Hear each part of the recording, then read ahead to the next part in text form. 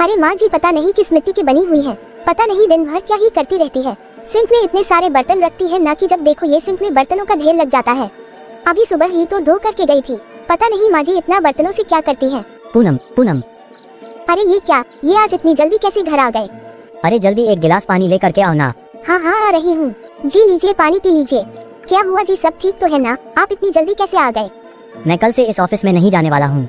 पर क्यों? अरे 2 दिन में ही इन लोगों ने मेरा दिमाग खराब कर दिया है। आज तो मैं बहुत मुश्किल से तबीयत का बहाना करके निकल आया हूँ, लेकिन रोज रोज मैं बहाना नहीं बना सकता। अरे आप कैसे हैं? आपको पहले दुकान में कमी लगती थी, अब इस ऑफिस में भी कमी है। अरे आखिर आप अपनी कमी को स्वीकार क्यों नहीं कर लेते हैं? आपको अपनी आदत सुधारने की जरूरत है।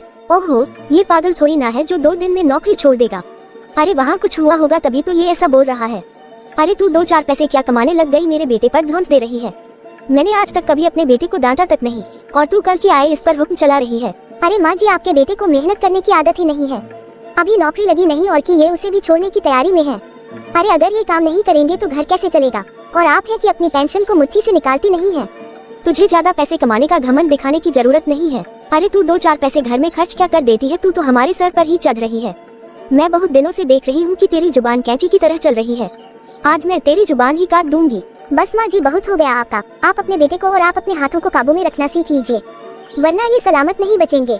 बहुत हो गया, अब मैं और बर्दाश्त नहीं करूंगी। अच्छा तेरी ये मजाल, हाँ तो दिखाऊं क्या? बहुत हो गया आप लोगों की नौटंकी, लेकिन अब मैं ये नौटंकी और नहीं झेलूंगी। ना आपका बेटा कमाता है और ना उन्हें आप कमाने देते हैं।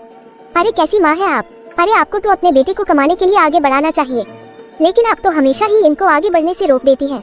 अरे कितनी मुश्किल से आपको ये नौकरी लगवाई थी, लेकिन आपने तो इस नौकरी को भी लात मार दी।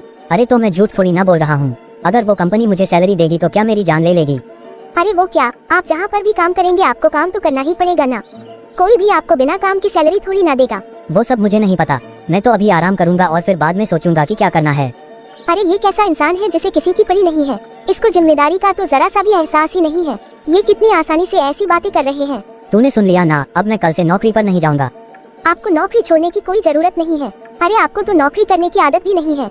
अगर नौकरी में कोई गलती हो जाती है ना तो 2-4 बातें सुननी ही पड़ती है। वैसे भी कोई बैठे बैठे तनख्वाह नहीं देता है। अरे कैसी पत्नी है तू? तुझे इतनी भी तमीज नहीं है कि कब क्या कहना है। अरे जब वो लोग मेरे बेटे से इतना काम करवाएंगे तो ये तो परेशान होगा ही ना। अरे माँ, ये तो सोच रही है कि मैं झूठ बोल रहा हूँ। देखो पूनम, अगर तुम थोड़े से पैसे कमा रही हो ना तो तुम मुझे सुना नहीं सकती। मैं तुम्हारा पति हूँ, इसलिए जरा तुम होश में रहो और होश में रह के बात किया करो।